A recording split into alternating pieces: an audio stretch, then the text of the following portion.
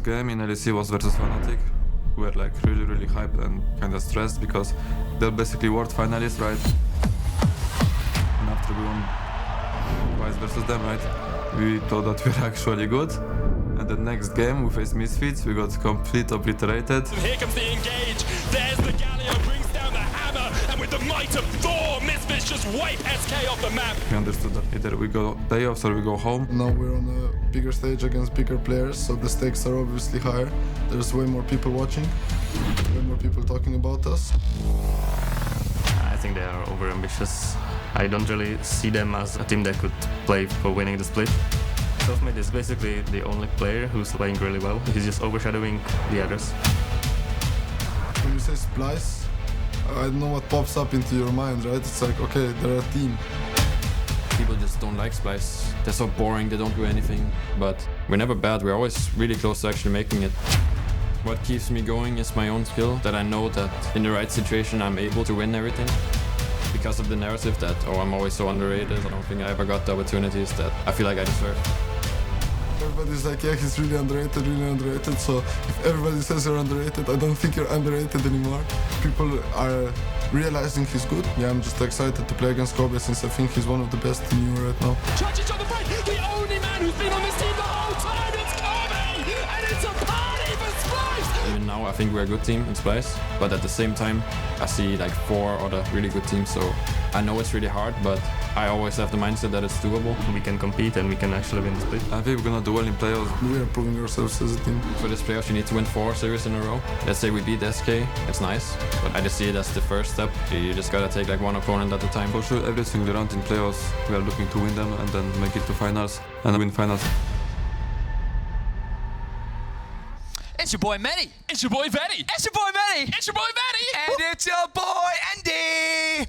Ender, This is the playoffs. Can we take this a little bit more seriously, please, Ender? Can we Please. just Guys, I focus? thought we were... SK I'm versus Medic Splyce. Chamberlain, it's Andrew Vedius Day, Christian Hello. Deficio. I apologise for our colleagues. Really sorry. Playoffs, it's SK versus Splyce. It's going to be a good series, I am sure. We saw Fnatic take their first round 1 game yesterday, and these guys are fighting to contend against Fnatic next week. Yes, they certainly are. I'm expecting a pretty exciting game. The fact that Fnatic chose Vitality, many people were wondering, ooh, how will that look? How will that matchup go? And it was a very one-sided affair. Then we heard from Duke today that Splyce consider themselves the strongest of the 4 teams in round 1. So we'll see if they can match up against Fnatic's dominance that we saw from them yesterday. And on the other side of the rift, of course, SK Gaming coming in after winning the tiebreaker match, led by Selfmade in the early game. A lot of people watching know just how good this man is and wondering how hard can SK challenge against Splyce. Now, one of the big things we talked about, Ender, is junglers and AD carries. We heard it from Duke. It was a big talking point for us in this series.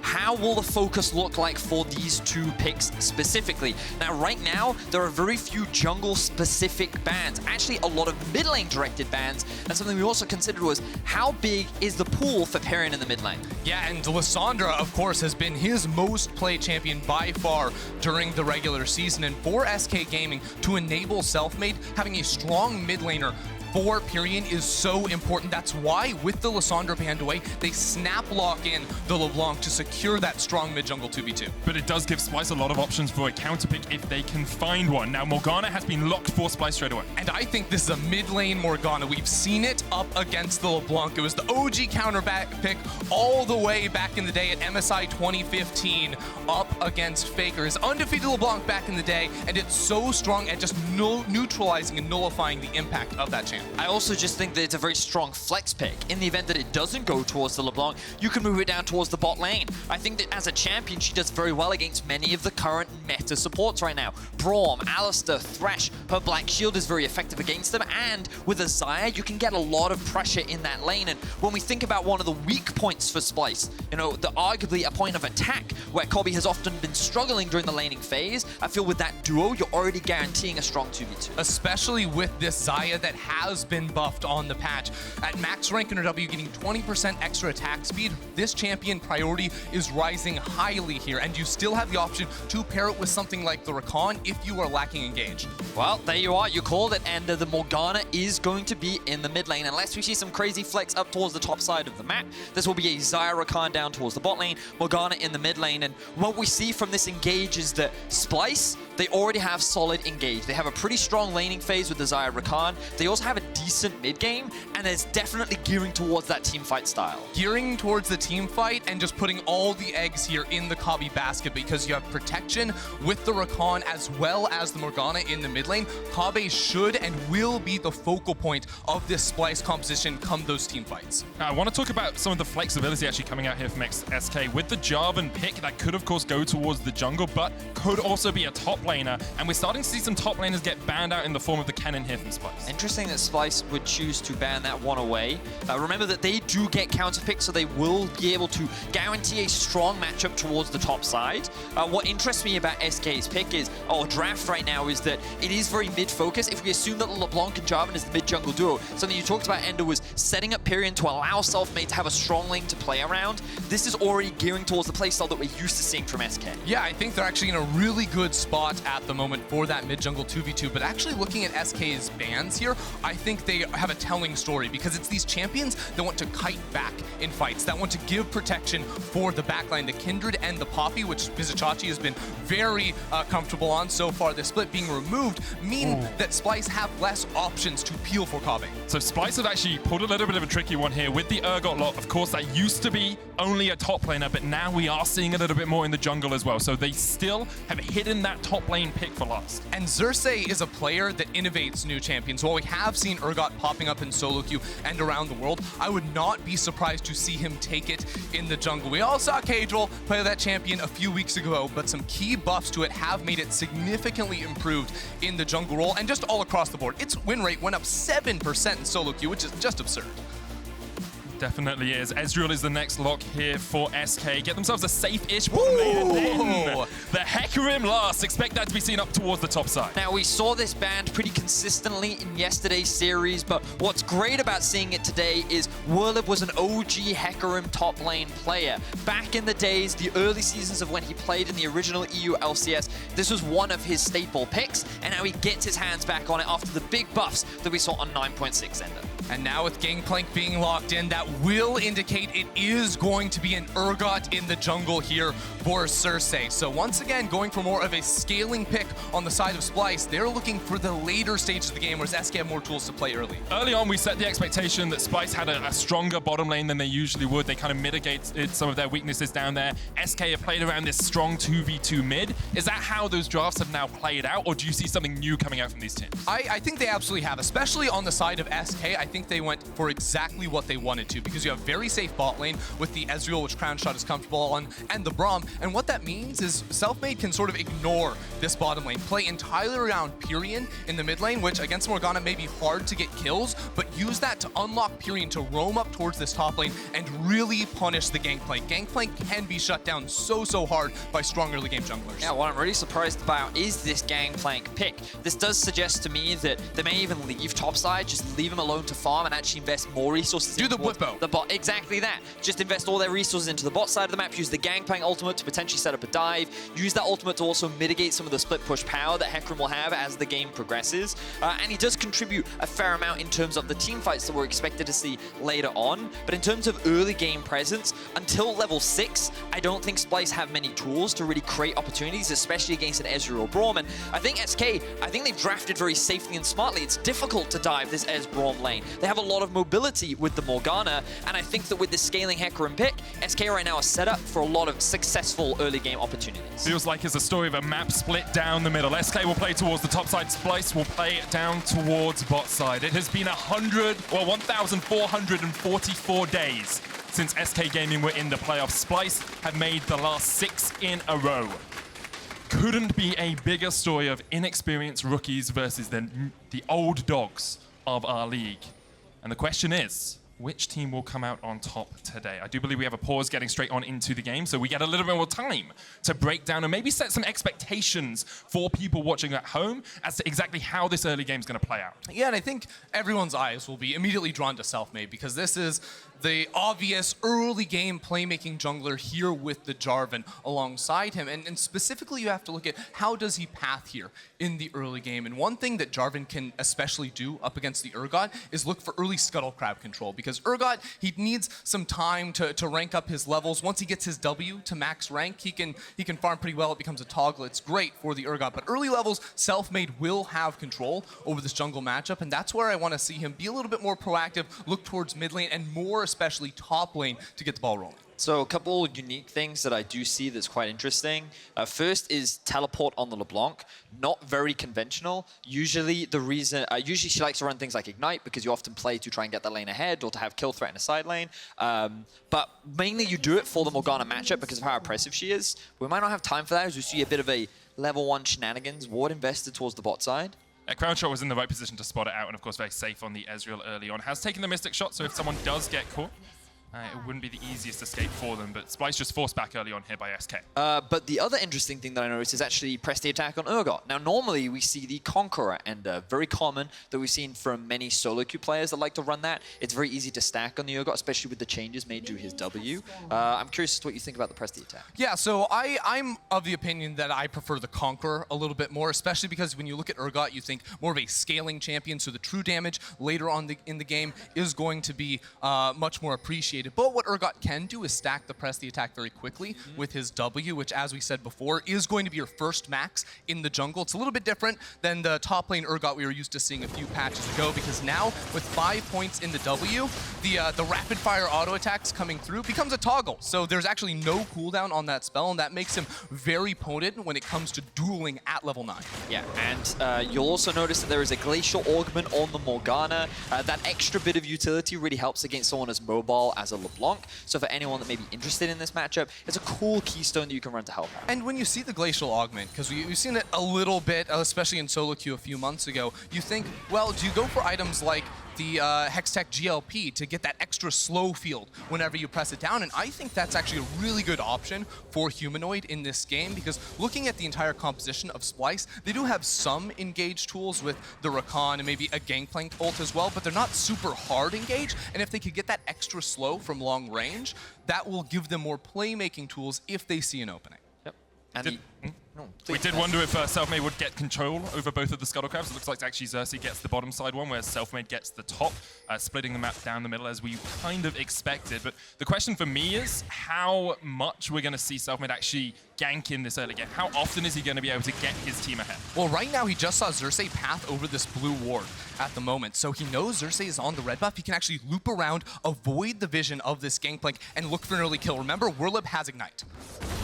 The fight here as Chachi lands the barrels, but Selfmade coming in from the side. Chachi still has the flash, doesn't use it yet. Slowed down with the red buff. Werlyb still on the chase, but no flash to chase, and Chachi can just walk away from the gank in the top lane. Now, Hecarim had a point in his Q and his W, and because Vizicsacsi hit level 3 and Werlyb is still on level 2, he didn't actually have his charge, so wasn't able to add that extra CC to try and burn a summoner spell from Gangplank. It was also really unfortunate that Vizicsacsi just hit level 3 because he then had the oranges available as well, so the red slow meant that he could get away. Now, the problem with this gank from Selfmade is, sure, early on, if it had worked out, it would have been great, but it also gives Xerxe the option to just move into the enemy jungle and get a bit of vision down. He very wisely, though, doesn't commit to the steal because he recognized that his mid laner doesn't have priority yet. And this matchup doesn't really start going in favor of the Morgana until she has 3 points in that Tormented Soil and can start just immediately wave clearing those caster minions so that she then starts having that constant push. We said it was going to be a story about the jungler. Selfmade here to try and counter gank Xerxe, who did come in, but Werlyb now, with that devastating charge, can just run away.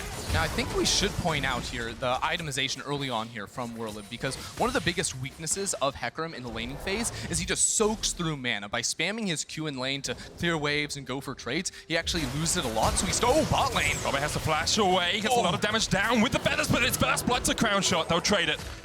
Norskeren gets one in response, but a lot of action already going down in this bottom lane. Yeah, we'll have to see the replay of that one more time to figure out exactly what happened. But you can see, you know, a bot lane Ezreal should take it slow, but they didn't care. They wanted to go right on it. Ooh, Norskeren actually mistimed the knock up there.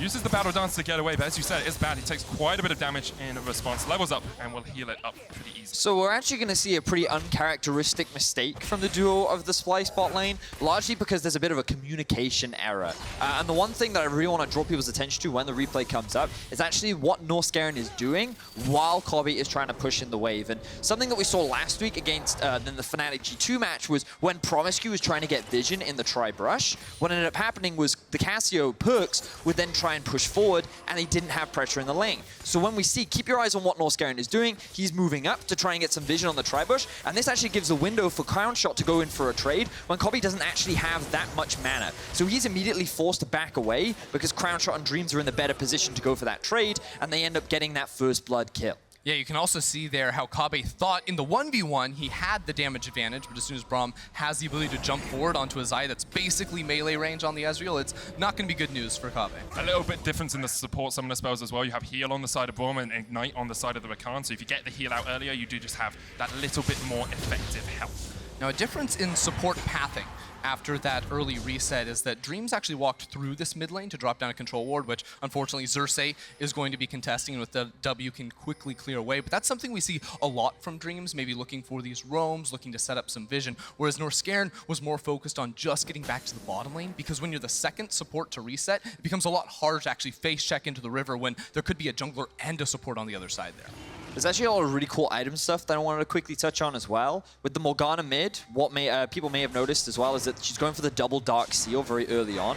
That's because her whole goal is not to win this matchup. It's just to wave clear, sustain, and just mitigate everything that LeBlanc tries to do, which is be a lane bully, look for those kills. And when she has this much sustain with the Corrupting Potion and Dark Seal combo, on top of the fact that she has a Black Shield, she has the Tormented Sword for wave clear, she's pretty much impossible to kill. And so even if Selfmade and Pirean try to invest all these resources into shutting her down, it's just very, very difficult. So you're now looking at a kind of limited number of options, and really, for SK, they only have the ability to gank towards topside, which is why Xerxe is spending so much time here trying to get this vision, clear up whatever he can, and give Vizicsacsi the freedom to leverage the often weaker early game that a Hecarim has. Yeah, I think that Xerxe has been doing actually a really good job. I like that you bring that up. And now I look towards the side of Selfmade, and specifically the level 6 coming through for Werlyb, because now is when top lane is maybe a little bit more gankable. 100%, of course, yeah. Chachi will always have the ability to use the orange and cleanse away from the fear that Werlyb can bring through. But if you actually just use the ult on Hecarim to position yourself behind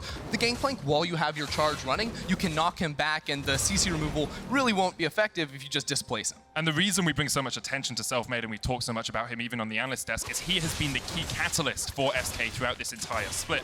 You can see he has high jungle proximity, he's near his team in the early game, he's participating in 82% of their kills before the 15-minute mark, and he's the guy that really puts SK in a very strong spot. Yeah, he often does. And one of the things I always praise him for is I think that his ability to make ganks successful is very high. He often finds kills. The thing that I often criticize him for is I often question why he's ganking certain lanes, because it feels like that he just sees an opportunity and goes for it, rather than this is the best lane for me to invest time and resources into. And we had that whole joke at the beginning of the split where every game he would gank Werlyb would play Poppy or Sion. Yeah, it doesn't matter. He's determined to make those ganks happen. Which is surprising too, because in a game like this, like, wow, the Gangplank, that's a lane you actually really want to gank. But he hasn't quite been able to find his mark on the top side of the map. Now, bottom lane is maybe a potential option as well, because there's no flash on Kobbe. Remember, he lost that earlier. Both junglers are level 6 as well. You can see Xerxe sneaks into this bush, but there is a ward spotting him out. It looks like Selfmade's clearing out a ward of his own.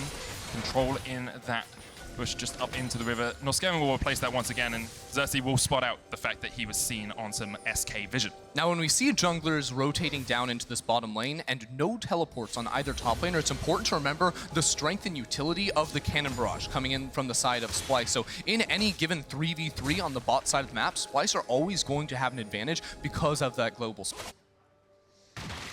It feels like both junglers have done a pretty good job of mirroring the other throughout this early game. Xerxe especially, we've seen Selfmade go up towards top lane a couple of times, and Xerxe's been there ready to respond. It's only 10 minutes in, or 9 minutes in, and across the board seems pretty even. Now, I feel like we set up the expectation that SK wanted to try and get this 2v2 mid ahead. They wanted to get Pirean roaming, and they haven't quite been able to do that yet. No, they haven't been able to do it yet. But looking at what SK are actually trying to accomplish in this game, we do say they get outscaled, and I think in a 5v5 that may be true. But you see a LeBlanc and a Hecarim, and you wonder, can they accomplish things in side lanes? Because you have TP on the LeBlanc, she's traditionally a very strong side laner, and that's where I doubt it a little bit on the side of SK, because I think Gangplank can very easily just clear waves up against the Hecarim, and I think for Morgana can do the same thing as well. So SK don't feel like they drafted themselves nearly as many options as the side of Splyce. And I think it was this Morgana pick that kind of limited their options, because it was very evident to me that they were trying to play around mid and they had options to do so, but it is so difficult to kill this Morgana. Now, I don't think like SK are limited in options right now. I still think that they can look to play around top, but the other big thing is how easy it is for a Hecarim to roam around the map. He is very mobile. You can see that he's already upgraded his boots to the tier 2 early on, right? And what this means is that he already looks for a roam mid. And once he's got on ideally he wants to complete the Phage or just that first item, so he has a bit of extra damage as well, but don't be surprised to see this Hecarim just looking for roams mid, looking for roams with Selfmade, and trying to utilize his mobility to create an opportunity, find a kill, and then go back to lane. And now that we see the laners hit that level 6, level 7 mark as well, those roams can be that much more explosive. You know, if you get down towards the bottom lane, you have a Braum Ezreal follow-up there. If you get towards Pirean, he can do a huge amount of damage with the double distortion or the double sigil. So expecting to see SK try and make some of those roams happen around the map, where Splyce seem to be happy just tracking the enemies and keeping in their lanes.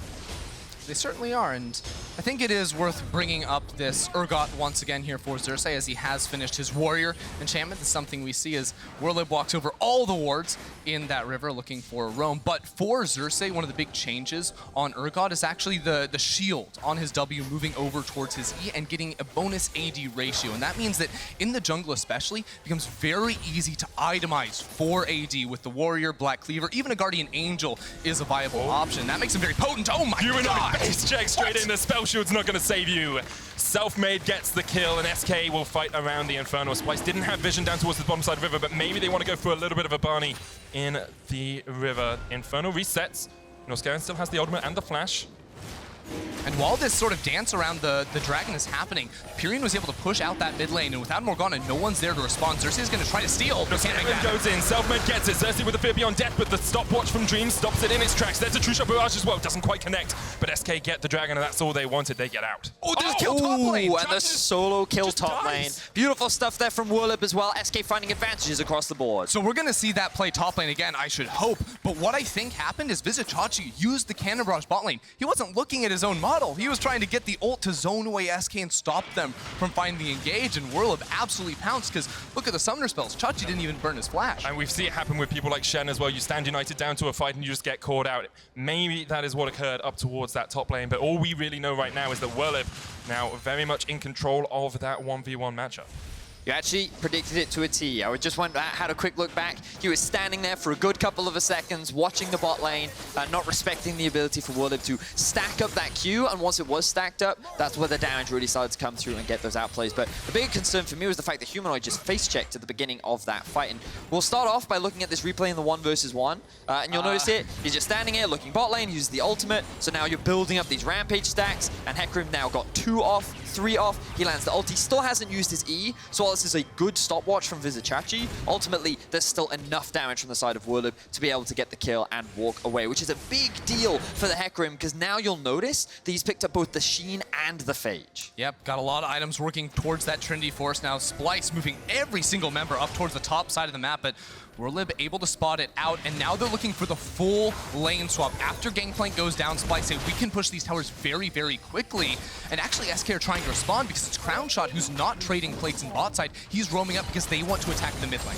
Have to remember, the towers get more tanky the more people there are around them when those turret plates fall. The Bulwark comes out and just makes it very hard to take them down. But with Demolish, SK are going to look for some plates in the mid lane for themselves. So it's going to be actually a pretty even trade between the two teams. And I really like this trade here for SK if they can make the towers go neutral, because opening up this middle lane, especially if they can maybe rotate into a Herald play and use that to eventually break this tower, unlocks the entire map. It basically means that every time you push minion waves down mid lane, the other team has to wait a couple extra seconds before they can start clearing them, because they have to stand under their second tower, and you have all this time to move into the enemy jungle, put down wards, and set up for the objectives that will be spawned.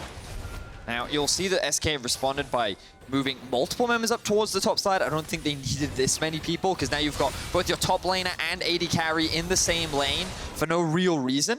And one of the big things that did just occur was that Kobbe was actually at a huge deficit. After dying in lane, he actually fell behind in farm, and Crownshot was already building a gold advantage just from running Kleptomancy. So he actually already had a pretty big golded lead, but the fact that Kobbe got so many plates and was able to secure the first tower of the game, and that he's now closed that gold gap pretty significantly, and that's helped him a lot more get back into the game and work towards that first core item. As once again, we see a bit of trading down towards the bot lane. Looks like it's going to be okay for the moment as Werlyb just forces Xayah back. You guys voted for Selfmade to be featured in our first POV stream of the best of 5. You can check it out at twitch.tv/RiotGames2 or on the YouTube channel LOL Esports. And one of the things I just wanted to quickly backtrack to is that whole Drake fight, I think, from the side of Splyce, just wasn't ideal in its entirety. Because when we think about this composition, sure, they do have a strong team fight capability later on, but early on, there's no need for them to try and force a fight. I could see them maybe trying a dive bot lane at level 6, maybe, but against Braum Ezreal, we talked about it, it's very dangerous, but like they didn't need to. And the fact that Humanoid phase check, they still tried to challenge for the Infernal, they were just kind of asking for disaster. And it was just giving SK more opportunities to force fights when LeBlanc and Jarvan are really at their strongest. Definitely did. We are almost 16 minutes into this game. Just want to have a look at the gold differential. About 400 between the two teams. We are getting those first items completed as well. It is a GLP for Humanoid on the Morgana. That's what we talked about. Luden's Echo already finished for Pirean in that mid lane as well. And of course, Crownshot going for the single tier Ezreal build here, as you can't build 2 tiers anymore. Yeah, you can't get the double up anymore, which means we're scaling on the side of Ezreal. And traditionally, that was always sort of a weakness of that pick up until the introduction of that double tier build. Still, SK not necessarily looking to scale themselves, whereas Splyce certainly are. And I think that them hitting their one-item breakpoints here with the Trinity Force now for Gangplank as well, and the Warrior Enchant for Xerxe are going to put them in a good spot to try to neutralize this game. But with SK seeing a Rift Herald and an Infernal Drake spawning in 20 seconds, I think that SK should be looking to find these fights around these objectives that are spawning. Right now, it feels like SK have quite a lot of power in the pocket of Pirean. Crownshot at 2 items as well can be very deadly on the Ezreal. Also, you've got Werlyb, who's very hard to deal with in the side lane. Splyce trying to react, trying to respond with some vision of their own, but it looks like SK might be taking the fight here. Dreams face check straight into Humanoid. The binding gonna connect. Puts down the Unbreakable. Here comes Norskeren from the side with the charm, but Werlyb's on his way up. Humanoid already killed Dreams, but Norskeren falls as well. Werlyb gets onto the back line, and Humanoid with a great Soul Shackles will catch him out. Stuns him up. Humanoid has to flash the wall, and now SK, a superb blade call. Oh, Xayah! And Xayah jumps in with a parlay. Xerxe there on the front line, Xerxe there on the front line as well, and Splyce have forced SK back into their own jungle. Splyce had the item breakpoints, and they found the perfect fight. Playing off of CC and stuns onto one member, they were able to fight front to back, take it slow, and ultimately come out on top. Still, it is Selfmade with a flash up, with a smite up, and looking to steal. Xerxe has the level advantage, and he will get the dragon. Selfmade flashes out of the back, and Splyce equalized that dragon score, 1 Infernal to 1. He also used the spear there to try and combo down with a smite, which meant he didn't have the EQ combo to escape from the pit, and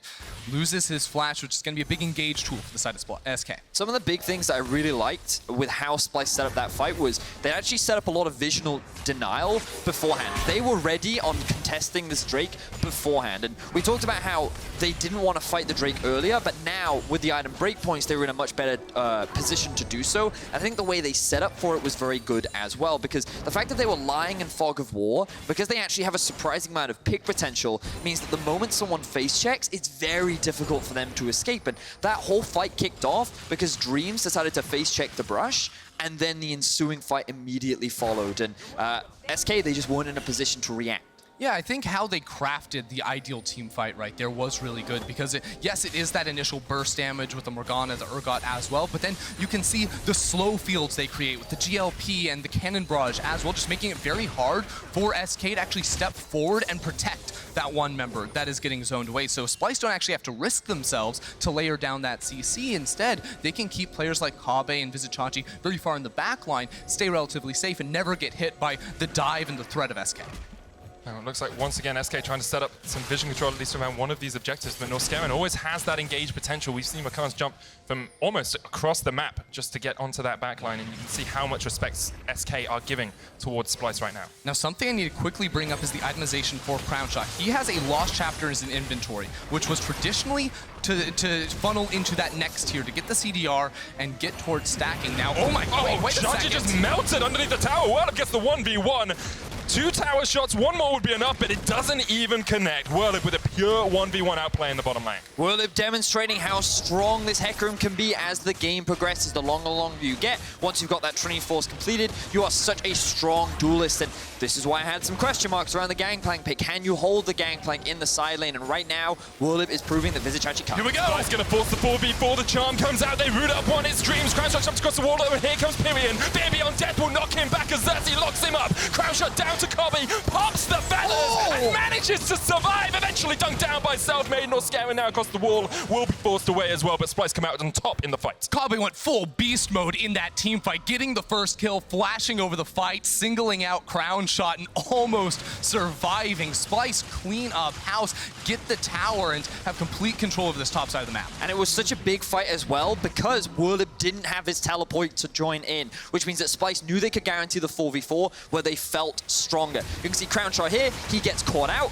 The binding gets absorbed by Dreams. Good support there, keeping his AD carry alive, but Kobbe was like, no, we're not having any of this. Flashes into the backline, shuts down the AD carry immediately, and then with the fight split up, there's little that SK can do to turn it around in their favor. That was the most important part. Splyce singling out those 2 members and immediately punishing them. While Selfmade was trying to take the Herald, SK didn't have the grouping needed to try and fight back against that comp, and that's why you can see Kobbe flashing into the backlines, because that usually should never happen. And when we think about win conditions now, we think about how are both these teams looking to try and win these games. Splyce will want to try and create more of those scenarios. They want to have these kind of 4v4 situations, maybe even 5v5s, because they know and they feel not only confident in their team fighting, but their composition is better designed to work in those environments. Whereas SK, the question comes, even if Splyce want to force the 5v5s, maybe they can actually come out on top considering how strong Werlyb actually is on this Hecarim, and he's no slouch in the fights either. Crownshot gets the slow onto Xayah there, but he'll use the powder keg to get some movement speed and away. You can see Splyce actually just being that little bit more aggressive, stepping up a little bit further than they would have done a couple of minutes ago, and with about a 2,000, 1,500 gold lead, they're in actually a very good spot. SK aren't out of it yet, but Werlyb might be caught out. Xerxe just waiting until Werlyb goes in, can use that devastating charge to get away, dodging around as much as he can, goes in onto Xayah. Xerxe will knock him back with the disdain, and the Baby on death just pulls him in. It's a very delicious pony. Very good bait there from Vizicsacsi walking forward. And Werlyb, I think we could sense that he knew something was going wrong there, but Xerxe waiting in the wings, able to find that kill, and all of a sudden, this side lane win condition for SK is being shut down. Yes, he has found 2 solo kills up against Vizicsacsi, but the question is, can he actually get turrets in side lanes? Because if he can't, SK have to play a team fight game, and the way that has been going so far this game, they've found mixed results. Definitely have Splyce been able just to wait out the pressure that comes from Werlyb and get Kobbe onto this 2-item spike. You've got Xayah now sitting at 2 items as well. Twin Shadows out from Humanoid to provide even more zone control, even more chase potential in these team fights. And that's, I feel, really the story of Splyce's team fights. Their zone control is so powerful. You have Norskeren diving on the backline. You've got Humanoid with the ability to catch someone out. And now there's no Hecarim with them at the moment. SK are trying to walk into the river, but they don't have the front line. It's only a cloud drake. They almost take down Norskeren straight away. They do get him the Vivian that's been used here as well. Dreams will fall as well, but a great true shot barrage. Xerxe running away. There's the teleport. Onslaught of Shadows is available for Werlyb if they want to go for the chase. Crownshot looking for some slows. Werlyb going in with a devastating charge. Is he going to go any further? Decides against it. 1-for-1 trade. Norskeren got obliterated at the start of that fight, and I feel like when we praised Splyce for their setup around the Drake earlier, this time round, SK were in a much better position. While I do feel the teleport could have come out a little bit sooner from Werlyb, ultimately the fact that they could change, turn this into a 1-for-1 was because of the vision placement that they had, and they were in a much better position to react to those kind of picks coming out from Splyce at the beginning of the fight. And ultimately, I don't think SK had a ton of confidence coming into the fight, and that's why we didn't see the immediate TP. But here you go. Norskeren gets immediately destroyed and taken out, but there's nowhere really for Dreams to go. And now you ask the question, can SK channel through? Crownshot says, yes, I want to go into the backline, but without the Hecarim getting there a couple seconds sooner, it's just not going to happen. want to give some credit to Crownshot. He jumped away from the Rakan engage there as well. Twin Shadows used, Pirean will know that there's someone just around the corner, but isn't going to be caught out too easily on that LeBlanc. Don't face check into Xerxe. There's the GLP. Slow comes out, Binder connects, and now Xerxe can go in with the disdain, knocks him back. Pirean stunned up, pulled back into the grinder, and Xerxe's on a rampage. 4-0 on this Urgot jungle. That's just so gross right there. Pirean didn't have the flash, didn't have the mimic, so as soon as he presses the W, going to get immediately destroyed, and it's Xerxe and Humanoid working around the vision of SK to find a pick on the side laner. I'm just keeping my eyes on the items right now. What kind of break points are we reaching? The Xerxe have now been completed for Werlyb. He's pretty much going to be unstoppable in the 1v1 on a side lane, but the Xerxe has also been completed for Xayah as well, so let's give him a little bit more survivability to buy a little bit more time, but he has to be so careful pushing up this far in a side lane because Werlyb, with the Ignite, more than happy to go for those 1v1s every time. Look at this from Splyce. They're actually starting up the Baron, and with Dreams recalling, there's not many easy ways to get vision in the river. Werlyb's in the bottom lane as well without teleport, so they know that they're going to be in at least a 5v4 situation. Selfmade spots out Norskeren. He can't get in. The Baron's going to go down. True Shot Barrage coming out. Still at 4,000 HP. Should be an easy enough secure here for Splyce. Xerxe will secure it, and that is a great Baron take. 25 minutes in from Splyce. It's just a brilliant sneak there from Splyce, playing very proactively here throughout the mid game, and it starts with Xerxe. He found 2 picks on both side laners of SK. They're able to transition that into the Baron because they know without Pirean alongside them, SK are actually very hard pressed to walk into the river. They saw the resets coming through from multiple members and said, hey, we've got Urgot, Xayah, we could just smash this.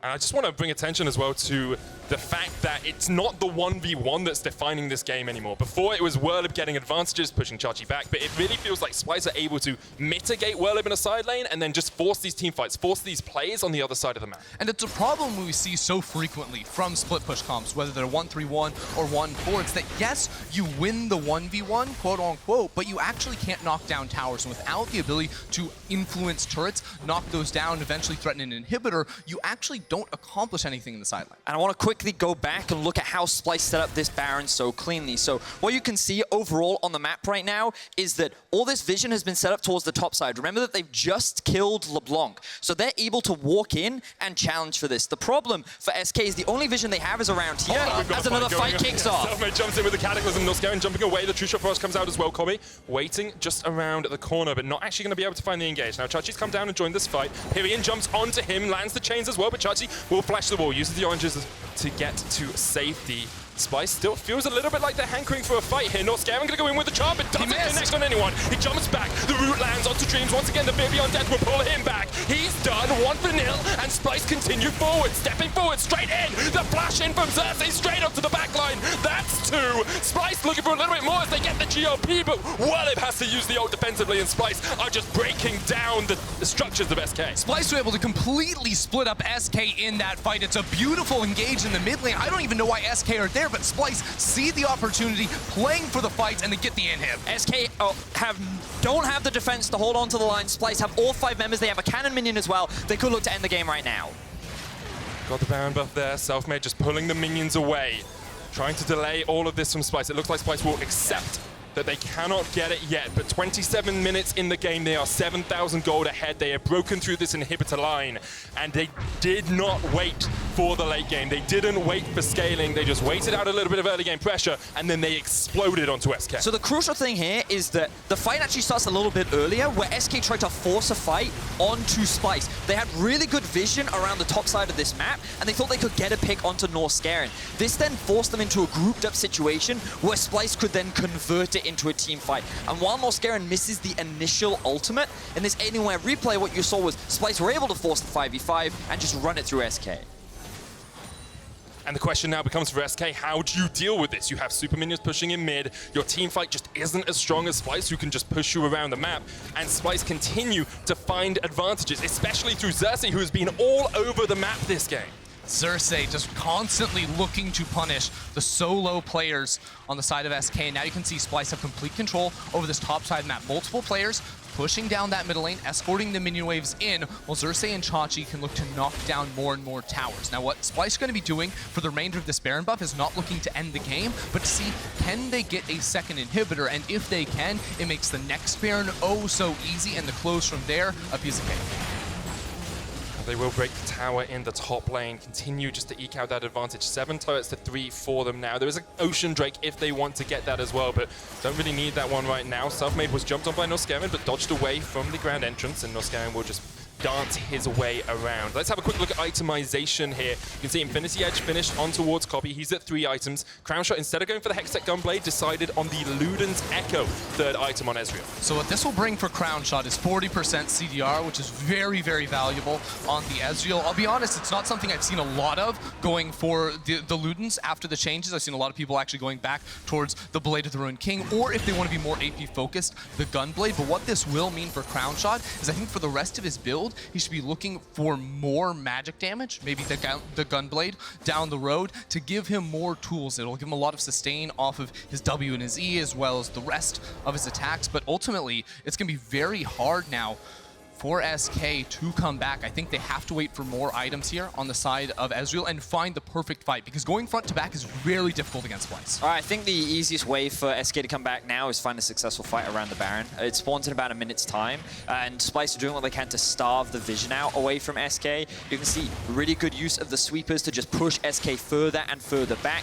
Right now, they can see little to nothing on the map. What does surprise me is how SK are Splyce rather investing so much towards the bot side of the map rather than the top side, because you would expect Baron to be the next big play, but Splyce are determined, like, you know what, we want to control the bottom side of the jungle right now instead. Yeah, maybe just giving a little bit of protection here for Vizicsacsi, because in the event that SK don't think they can contest around the Baron, the play is go punish the side laner. But I do think they should look to rotate those control wards up. Pirean looks for a little bit of poke here, but you can see so many control wards in the inventory of Splyce. Even though they've invested a lot bot side now, they can replace those and control the Baron, which is coming up awfully soon. There's absolutely no vision in the inventory of SK right now. All the sweepers will be coming off cooldown relatively soon, but Splyce controlling the vision game extremely well, and you just spoke about it. SK just invested what little vision they have towards the bot side of the map, and now Morgana's rotated top. She's pushed out the wave, and now there's nothing really that Splyce need to worry about towards the top side, because there is no vision here for SK, and this should be an easy setup for the next Baron for Splyce. Yeah, SK just got totally baited. They have nothing in the inventory, hardly, and now Splyce move immediately towards the Baron. The True Shot Barrage came out, so SK do know what is going on, and Selfmade will be looking for the proper fight. They have teleport on Werlyb. They should turn. They do turn straight onto him, but Selfmade flashes away. Pirean now coming in from the side. Feather Storm. Oh, this is huge! Look at the damage, and already Humanoid is dead. Werlyb coming in with the Onslaught of Shadows. They'll get 2 as a shutdown for Pirean. And now Xerxe caught out. Norskeren fighting Selfmade up towards the top side. Xerxe's going to fall as well. It's another shutdown for SK. They're going to take 4 for nothing as Splyce started the Baron, but met their demise. It's a miracle team fight for SK. Pirean goes in right at the start and burns the defense from Kobbe. He has nowhere to go from that point, and SK have found a way right back into this one. And huge question marks for me with regards to Splyce. There was no teleport from Vizicsacsi.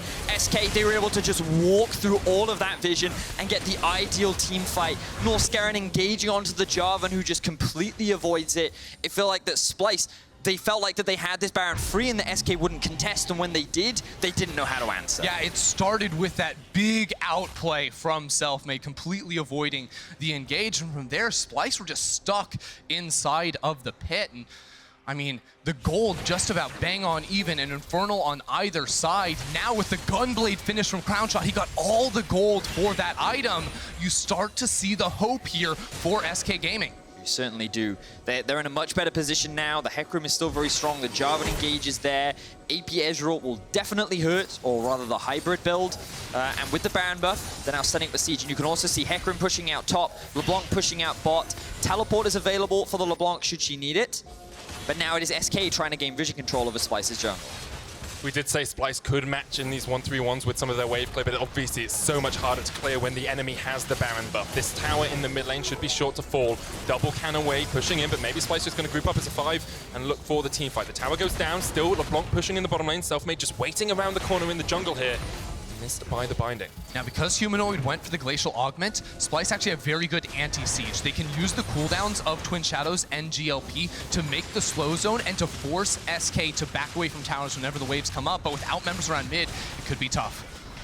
Always have questions about where you assign your lanes. Selfmade just going in, Kobbe called out, but he uses the Feather Storm to survive for the moment. He's down to the True Shot Barrage, and SK have somehow turned this around. Chachi jumped up by Werlyb on the backline. Xerxe trying to do what he can, almost takes out Pirean, but he'll escape. Norskeren low, Dreams low, but SK are the ones coming out on top. That's another kill for Werlyb. He gets a double, called out by Humanoid underneath the tower. Xerxe will knock him back, but the Sterak shield will keep him alive for the moment. Humanoid has to flash away, and still SK are the ones on the front foot. Without Kobbe, Splyce just don't have the damage. SK do not have much health on multiple members, but Pirean teleports back in. They have a minion wave, and the death timers are oh so long for the side of Splyce. Off a single call, SK could have turned this game straight on its head. They were back in their base, they were beaten and bruised, but somehow they've turned it around, and Splyce are now the ones defending their Nexus towers. It's all on Humanoid. He has to do it all here with 5 Xerxe seconds coming on in as well. 5 seconds on Kobbe, only a cannon wave there. Xerxe hits the Fear Beyond Death. They'll take down Dreams. They get a consolation prize, but for it, they lose so much. Splyce hold the line for now, but they lose so much of their base in exchange. SK get a huge advantage off the back of this Baron. This is where things all start off. Kobbe just trying to approach the wave, get some wave clear down, immediate engage from Selfmade. This guy doing what he's often known for, finding those plays. He lands it onto the crucial carry, and with him out of the way, it's simply a matter of cleanup for the side of SK. And Splyce had dedicated 2 members to try and clear away the wave in the bottom lane. They got pushed and pulled around, and that gave the opportunity for the engagement there on the side of SK. And you can see Xerxe doing his best to try and keep his team in this game, to pull away the minion wave, to chunk out the players on the side of SK. And now with both bases shattered, 2 inhibitors down on the side of Splyce. SK have their inhibitor respawn, but Splyce want to find the pick. Crownshot just teleported up towards the top lane here as well. Splyce know that they can try and make a fight here, but they're being collapsed on all 4 sides. Crownshot just melts Norskeren, but will he pay for it with his life? He will. That's him down, and now Selfmade's in the middle of 3 members of Splyce. Werlyb comes in, joins the party, pops the onslaught of shadow, gets the knockback. Here comes Pirean, diving Humanoid, perfect stopwatch just in time. Fear Beyond Death will take down 1, and Splyce now have 2. Selfmade almost caught out, he jumps across the wall, and Splyce in this game of inches come out on top. And now it's Splyce being the proactive team, looking to catch SK off guard as just immediately following their reset. Notice how they don't sit in their base trying to wave clear, they just push out the waves, immediately head towards Baron. They know SK is going to the top side of the map, and so they just immediately force a fight. Great stuff from Splyce to get a couple kills and buy a little bit more time. And on the other side of things, you look at SK, and this is a team that will take every single fight that looks like a 50-50. They are so confident, they feel that they can outplay you on neutral standing. But if you look at how that fight actually happened, Dreams wasn't there at the start. Werlyb was trying to run in, and Crownshot, while he completely nuked Norskeren, traded his own life for the support, and that's what enabled Splyce to win when there was no threat on Kobbe into the backline. If they can replicate that, if Kobbe can survive the initial burst, they win the 5v5. It's easy to forget with someone performing the way that Crownshot is, that he is still a rookie. The way that, like, Selfmade as well, still a rookie. Sometimes you get towards these playoff matches and maybe a little bit of a rush of blood to the head. You see you can catch out one, you think you can escape it, you pay for it with your life. We'll see if that trend continues throughout this game, but right now we are 100 gold apart, 37 minutes into the game. We have a Rabadon's complete on Pirean. We've almost got a full build Morgana in the mid lane as well for Splyce. It's at this point, the gold means very little. It's very much about execution when it comes to team fighting. And the one thing we've often said about Splyce is that when you get to this point in the game, they are very confident in their ability to fight. But SK, they're not afraid, and they will take those gambles. Now, the teleport is unavailable for Vizicsacsi. He's in the bot lane. Werlyb has his. Splyce have to respect the fact that they have no vision in the top side of their jungle, and Selfmade could be anywhere. We're holding our breath, just like the Splyce players are as they rotate across here. Dreams trying to get some vision behind the tower there. Will be cleared out with that. Oh, Xerxe! Xerxe goes in, lands it only onto Dreams once again. He steps in front of his AD carry, and he will go down. Norskeren still on the chase, can't quite catch up to Werlyb though. And SK will get out, only losing 1 man, but charging on the backside! And it's Crownshot who gets the kill. 1-for-1 trade as SK get a consolation prize at the back. So a couple of crucial mistakes there from both sides. The first one, Crownshot using his E over the wall, but he has no idea that Xerxe's in the bush. That is the signal to go from the side of Splyce, so Dreams has to sacrifice himself to protect his AD carry. Then Vizicsacsi for some reason comes in from the LeBlanc, and he ends up giving his life away as well. So now it's a 4v4, Pirean is alive, and SK have started the Baron. Xerxe is still alive here, doesn't have the flash, there's no blast cone for him to get in either. SK still on that Baron, it's Werlyb and Selfmade who are doing it. Crownshot caught out, uses the scimitar to get away. Splyce still trying to find an avenue in here, trying to see if they can spot it out. Norskeren jumps in, Xerxe with a fear beyond death. The Baron down so low, it gets secured, and it's Crownshot who gets it! Once again finding the pick, and SK come out with a Baron buff in their favor. And SK don't look like they want to reset just yet either. They know there's still 10 seconds on Vizicsacsi, and with Xerxe oh so low, they can look to knock down yet another tower. They can then reset. Elder Dragon is spawning in 50 seconds. Every single one of these engagements means so much for these two teams. You lose a fight with both teams having lost inhibitors on either side. There's no towers to protect those structures. It could just be one win and done. What I find fascinating about this point in the game is SK, if they play their cards right, don't actually have to teamfight Splyce to end this game. They have Hecarim, LeBlanc, teleports are about to be available on both sides, and they can look to just 1-3-1 this game to victory. But we're going to quickly come back to this team fight. You'll see Crownshot. He should have died here if it weren't for Dreams. This guy has been doing this all game, soaking up those bindings to protect his AD carry, but we have another fight. Or we have Norskeren running away. Norskeren gets away. But then, yeah, we also saw Vizicsacsi just coming in from the flank for no real reason, and him losing his life means that even though Splyce find that pick, they can't really convert it into anything, and they end up losing the Baron. And remember that it was Norskeren that was trying to put down the vision. He got forced out of the jungle, so Splyce are going to shove down mid lane and then look to collapse inside of they're grouped up as 5, and Crownshot is not with the rest of his team. Crownshot has also sold his Luden's Echo to pick up a Bloodthirster now. A bit more sustain in these fights if he can get it. There's an Elder Dragon on the cards. Crownshot down towards the bottom side. Glacial Fissure used. They jump onto Humanoid who flashes away, but now Xerxe caught out with concussive blows. Humanoid solo. The charm comes out. Humanoid still alive on the backline. Xerxe will fall. Werlyb gets Humanoid, and he's still alive. And the rest of SK can come in here because already they've taken down 2. Kobbe tries to pull the feathers back. Pirean low as well, forced away. But SK come out on top, and they force Splyce away. And look at Crownshot. He's running straight for that bottom lane inhibitor while Selfmade and the rest of the team are avoiding. They're double TPing in. They must stop the bases because right now there's one Nexus tower standing in the way of SK's victory. Selfmade stops them in their tracks for the moment. Kobbe, Norskeren, and Xerxe is all on you to defend, but Pirean is already there. And with the Ezreal W, you can take that tower so easily. Werlyb now on the Nexus. And in a game of inches, it looks like SK are the ones to strike first. The shutdown comes out from Crownshot, and they were an inch away from losing, but SK take game 1. Great way to start the series for SK. Getting a win on the board is a big deal for momentum.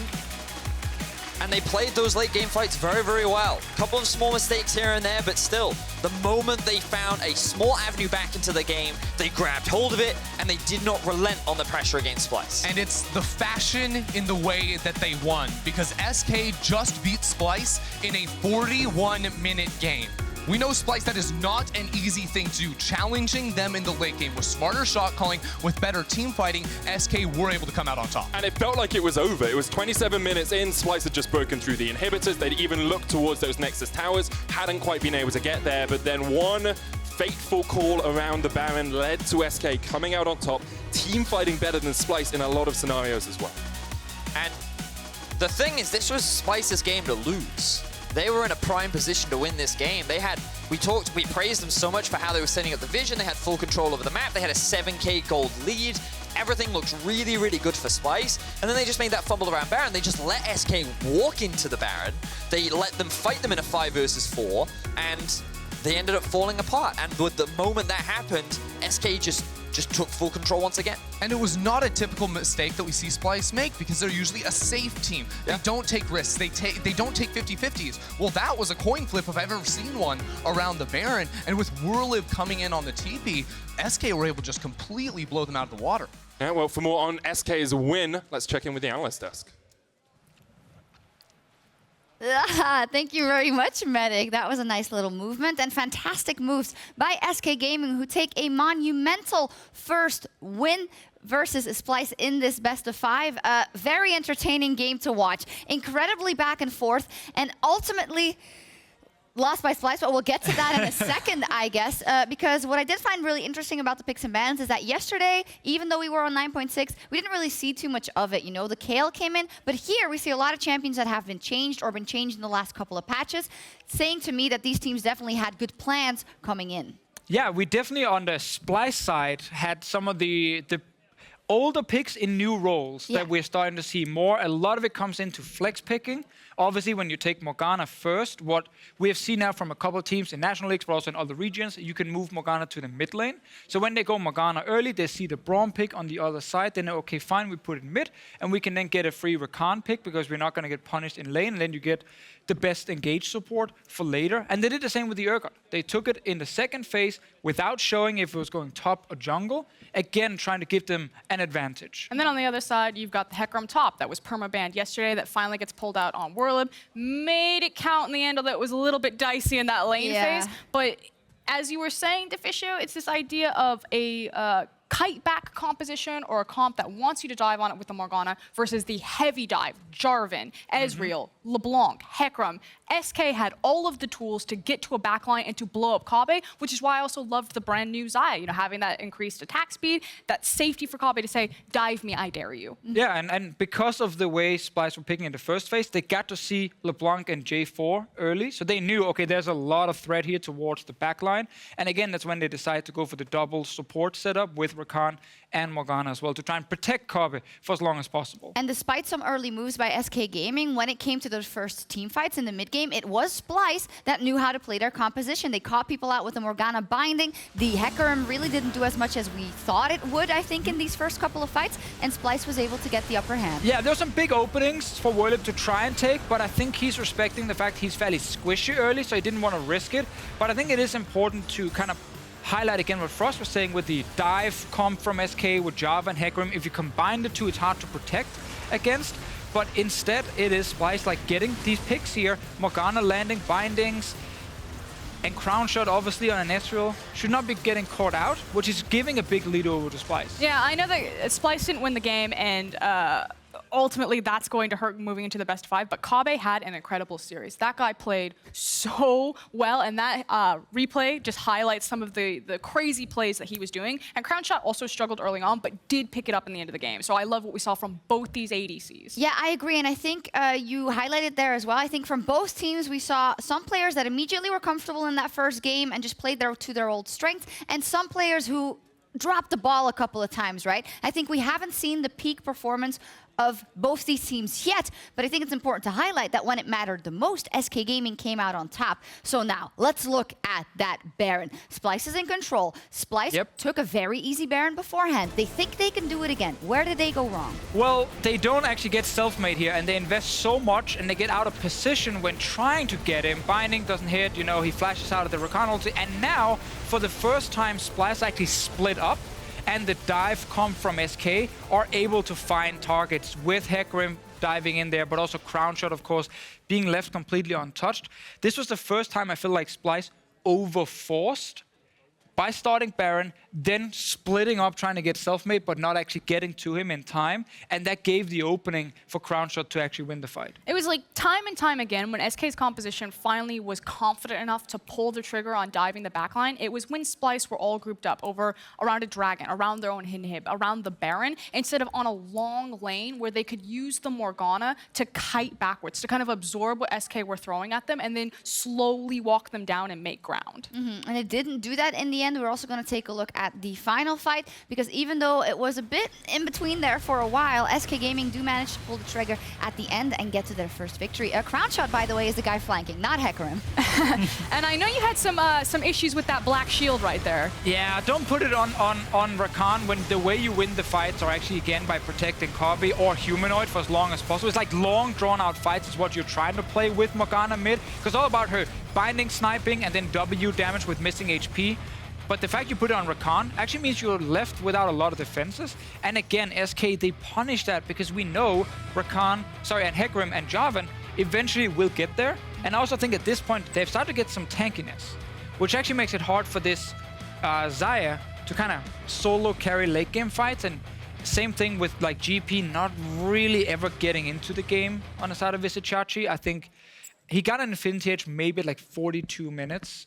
And he never really got to deal a whole lot of damage, as we saw on the graph here as well. So it was a lot on just Xayah. But now she has to kill 2 tanks, and she didn't have enough protection without a black shield. And then you can't really get him down in time, and SK wins.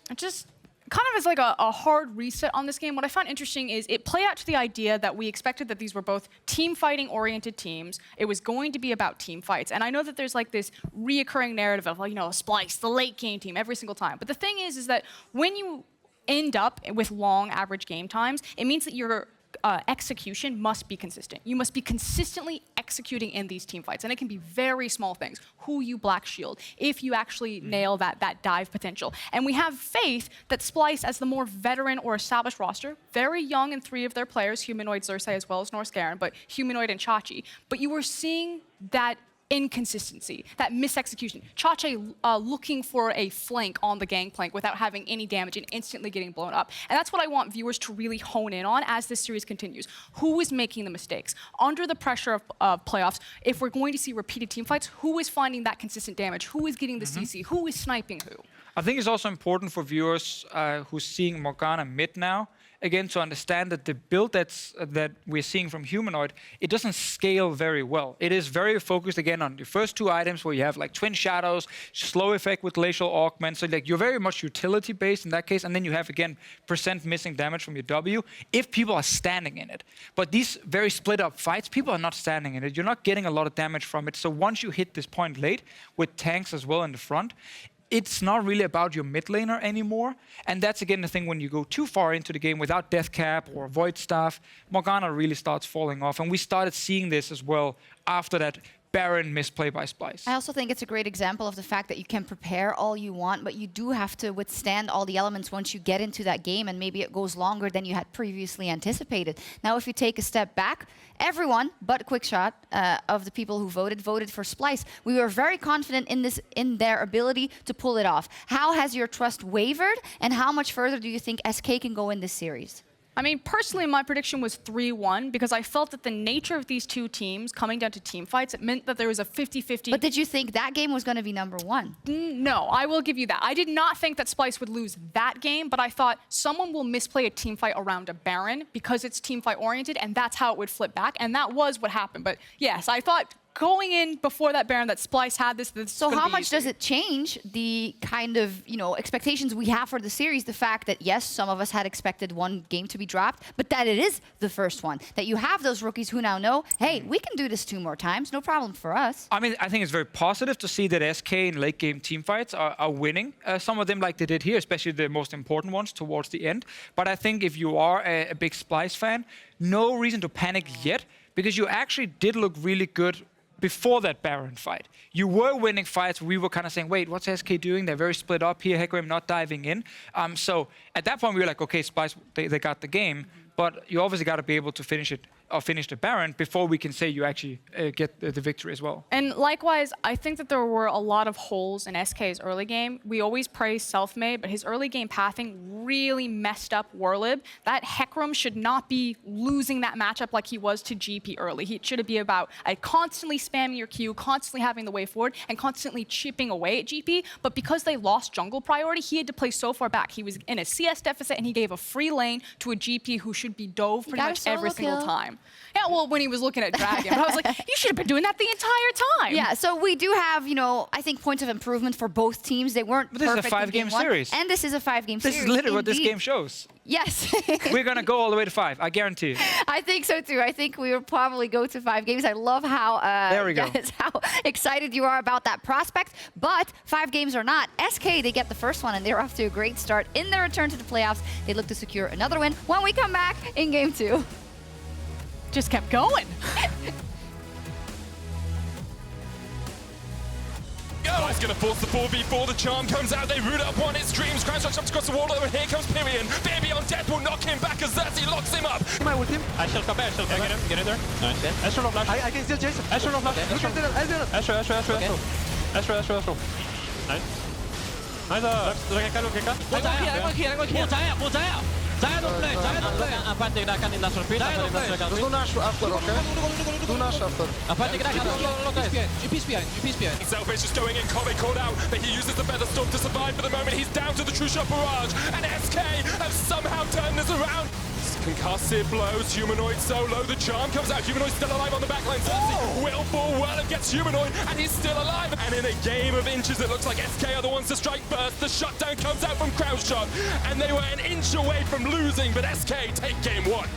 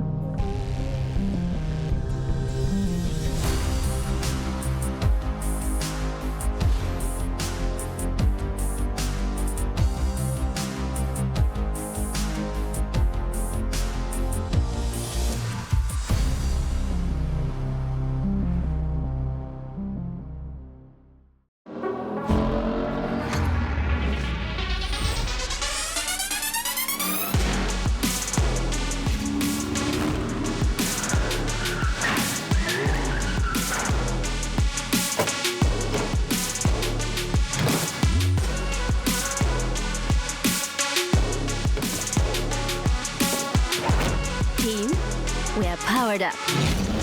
Get the Baron Buff Power Play with Shell V-Power.